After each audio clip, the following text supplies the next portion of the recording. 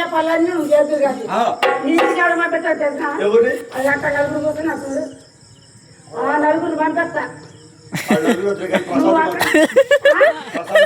ఐదో వాడిని కూడా పంపిస్తా అయ్యే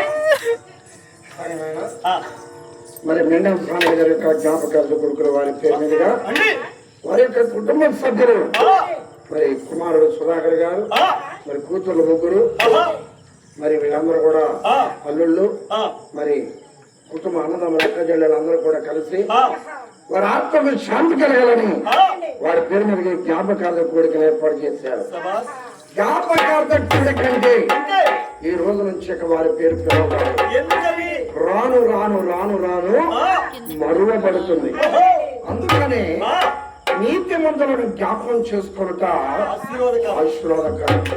మరణించినటువంటి సమీర్ గారి ఆత్మలు శాంతి కలగాలని భార్య బిడ్డలకు అన్నదమ్ములకు అక్కజళ్ళకి మరి దుఃఖములను విడుదల దయచేయాలని వారి ప్రార్థిస్తూ వారి పేరు మీదుగా ఈ రోజున మోషే చరిత్ర.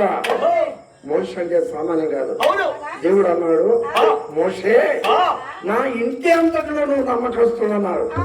దేవునికి అంత దగ్గరగా ఉన్నవాడు అవును మోషే. అలాంటి భక్తుడి చరిత్రను ఈ రోజున స్వామి గారి పేరు మీదుగా జరుగుతుంది.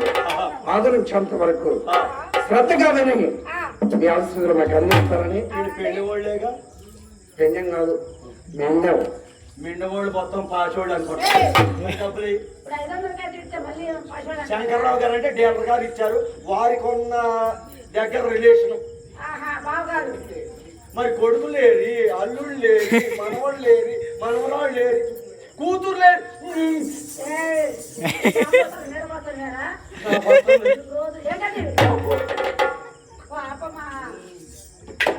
మరి వాళ్ళు రాలేదు. ఇక వాళ్ళే వస్తారు. వాళ్ళ మీద చాలా భారం పడదే. భారం పడ్డ వాళ్ళకి కాదే మళ్ళీ మంది. కాబట్టి మరణించినటువంటి స్వామి గారి పరిదలుచుకుంటూ చుక్కల్లో కెక్కినాడు పక్కనోడు ఎప్పటికీ ఎవరికి చిక్కనోడు చుక్కల్లో కెక్కినాడు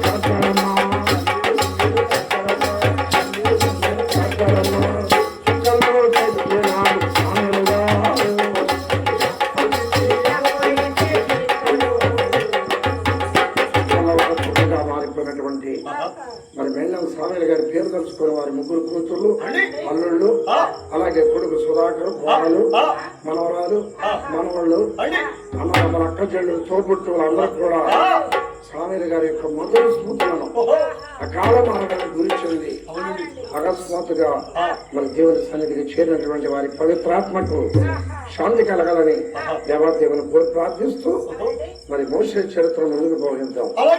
కాబట్టి వారి పేరు మీద వారు తలుచుకుంటూ వారిని పొగుడుకుంటూ ముందుకు వెళ్ళాలి. మరి రాత్రి పాట పాడితే 1370 రూపాయలు వచ్చినాయి. 1000 అంటే ఇక్కడ సామేల్ గారికి వస్తే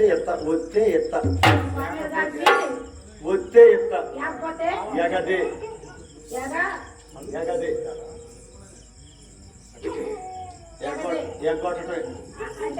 ధ్రువ దీని మీద కాలు పెట్టుకుని పనుకుంది అంట.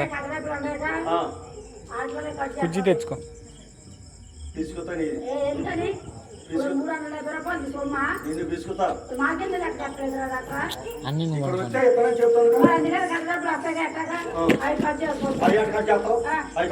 ఎట్టు ఇటు కూర్చో ఇటు వేసుకొని ఉందా కుర్చీ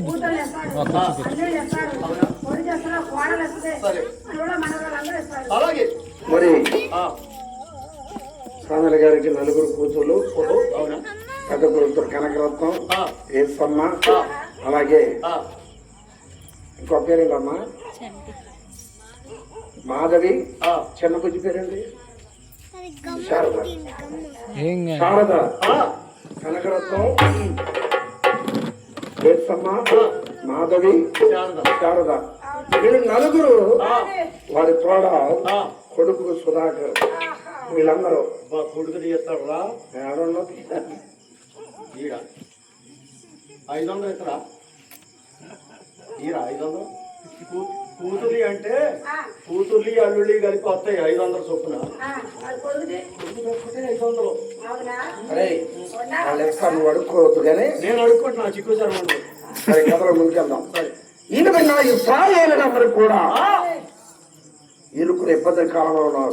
అప్పుడే పుట్టిన శిశువు మొదలుకొని 5 సంవత్సరాల మగపిల్లలు చక్రవర్తి కోసి ఆడుచున్న నైలు నదిలో పారవేస్తుంటే ఆ కష్ట కాలంలో అంబరాని యోగబెత్త అనేటువంటి భార్య భర్తలకి ఆ యోగబెత్తు 9 మాసాలు నిండిపోయి కూర్చుంటే లేవలేక లేక కూర్చోలేక సన్నాన నడివే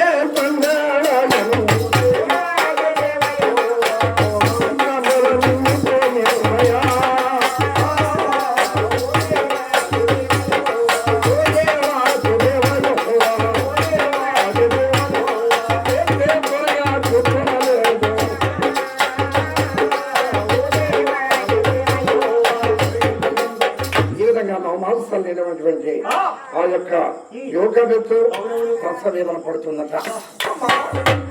ఇవే తాల్సి బాధ నిలబడలేనమ్మా.